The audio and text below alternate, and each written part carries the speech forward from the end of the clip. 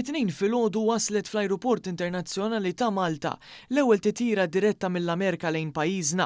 It-titjira f'dan il-jum storiku għall-avjazzjoni lokali kienet operata mill-linja tal-Ajru Delta Airlines u waslet għal-ħabta ta' 8 u 10 mill-Ajruport John F. Kennedy fi New York. Sa dan it-tant f'konferenza tal-aħbarijiet ftit wara, il-Prim Ministru Robert Abela qal li dan l-iżvilupp u ċelebrazzjoni ta' triq ta' pajjiżna favur it-tisħiħ tal-konnettività u l-ambizzjoni biex nimxu dejjem aktar il qudiem biżjed turiżmu ta' kwalità. F'dan il-kuntest Dr. Abela qal li dan il-pass juri l-fiduċja internazzjonali li rnexxielha tikseb Malta fl-aħħar snin.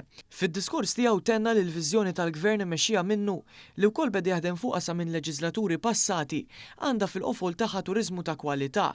Minn barra hekk Malta qed iżid aktar l-investiment u għalhekk din it-titjira mill-Istati Uniti li se topera 3 darbit fil-ġimgħa toħloq opportunità akbar biex tissaħħa l-kooperazzjoni ekonomika mal-Amerika. Hawnhekk il-Prim Ministru għamel referenza l-istrateġija tal-Awtorità Maltija tat-Turiżmu l-MTA illi timbotta lil Malta bħala destinazzjoni turistika li tissodisfa l-ħtiġijiet ta' kulħadd. Dr. Abela nnota wkoll kif pajjiżna diġà qed jikseb riżultati pożittivi fil-qasam turistiku u għalhekk qed isir investiment fl-Ajruport Internazzjonali ta' Malta. Fil-preżenza wkoll tal-Ministru l-ġdid tat Turiżmu Joe Etienne Abela, il-Prim Ministru nnota kif issa Gvern ġdid imexxi minnu se jkompli jagħti l-istabbiltà u s-serħan il-moħħ fis-settur tal-enerġija u l-provista biex l-industrija tal-avjazzjoni tkompla tavvanza fl-operat tagħha u saħaq li kull avvanz simili eventwalment jirrifletti f'ġid għal kull faxxa tas-soċjetà u negozji fil-qasam tal-ospitalità. Għaliex tfisser fl-aħħar mill-aħħar dħul aqwa għall-familji tista' tibqa' tirrinvesti fil-negozju tiegħek u l-benefiċċju huwa kwalità tal-ħajja, standard of living li dejjem qiegħed jitla' l fuq. L-istess kif hemm f'Fawdex hemm f'Malta.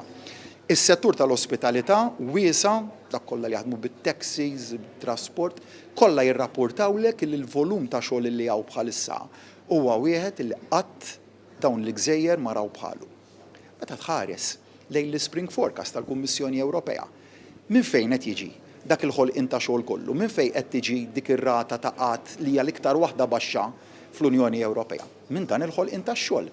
Il-Kap Eżekuttiv tal-Ajruport Internazzjonali ta' Malta Alan Borġ qal li dan hu jum mill-isbaħ l-industrija turistika filwaqt li nnota kif fl-aħħar snin Malta saret aktar konnessa biżjed titjiri ġodda.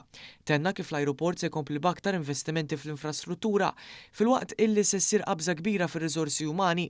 Qal ukoll il-mira tal-MIA hi li l-Ajruport Malti jsir fost l-aqwa fir-reġjuni offri l-aqwa esperjenza mill-mumenti li turist jinżel f'pajjiżna sal-ħin li jerġa' jaqbad l-ajruplan. Fit-tmiem id-diskors tiegħu ringrazzja fost oħrajn lill-Kap Eżekuttiv tal-MTA Carlo Mikallef għas-sapport kontinwu tiegħu. Ils Janes li l-manager ta' Delta Airlines għall-Ewropa qalet li hu ta' pjaċir li t-turisti Amerikani issa jistgħu jesperjenzaw il-kultura rikka ta' Malta filwaqt li l-Maltin jistgħu igawdu minn aktar turiżmu ta' kwalità u investiment. And we're actually really proud of how this flight came about. Because we asked our passengers, and we asked our employees where they would like to go to next.